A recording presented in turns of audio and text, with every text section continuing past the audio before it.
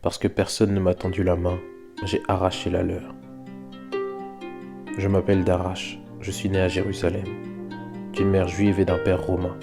Mon père abandonna ma mère avant ma naissance, car il était difficile pour un Romain d'être bien vu de César et de monter les échelons de l'armée avec une famille sur le dos et surtout une famille juive.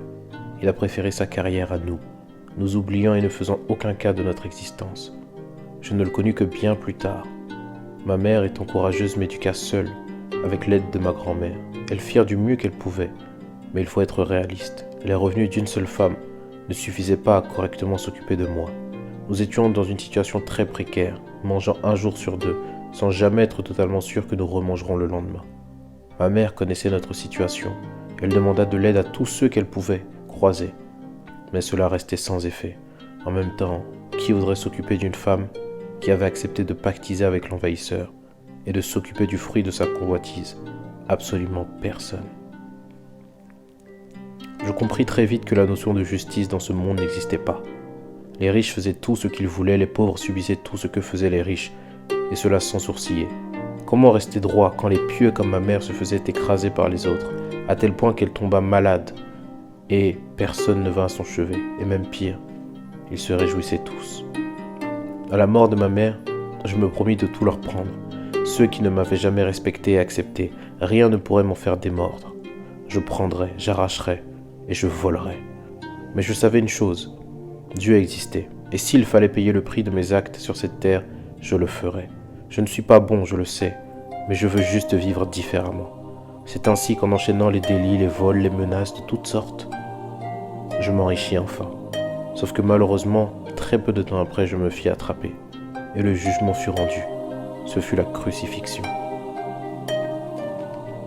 Rempli de crainte, j'étais pourtant préparé à ce qui allait arriver. Je n'étais pas seul, 2 autres personnes allaient être crucifiées avec moi. Un autre malfaiteur comme moi et un certain Jésus, qui se disait être le roi des Juifs, le Messie, ce que ceux-ci avaient refusé.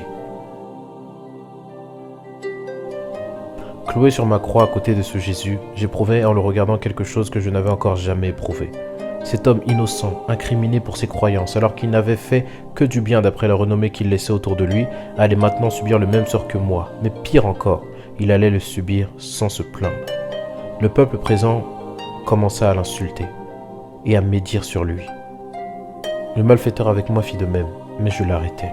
Comment pouvons-nous insulter un homme qui, innocent, accepte un tel châtiment et dégage une telle paix? Nous avons mérité ce qui nous arrive, mais lui est innocent. Incapable de comprendre un tel geste, je me mis à penser. Il ne pourrait y avoir que Dieu capable de donner à cet homme une telle volonté et sérénité, même face à la mort. Lui qui est innocent, il ne pouvait pas être un homme normal. Et entraîné dans un flot de désespoir et de foi, connaissant le sort qui m'était réservé, je me mis à lui demander de se souvenir de moi quand il reviendra dans son règne. Sa réponse, en plus de cela, ne me laissa pas de marbre, car effectivement, il me répondit que je serais avec lui. Je pris ces mots comme une consolation suffisante. C'était la première fois. La première fois que je venais de demander quelque chose à quelqu'un, et cette personne venait de m'accepter, de ne pas me rejeter.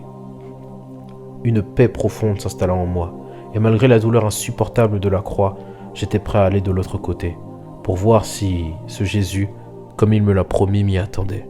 Mais quelque chose en moi, je ne sais pas quoi, le savait déjà.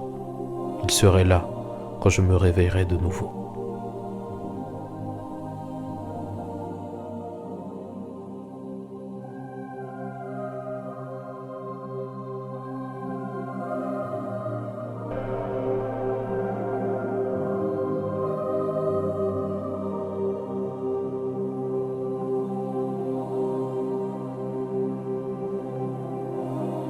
Je suis la résurrection et la vie. Celui qui croit en moi vivra, même s'il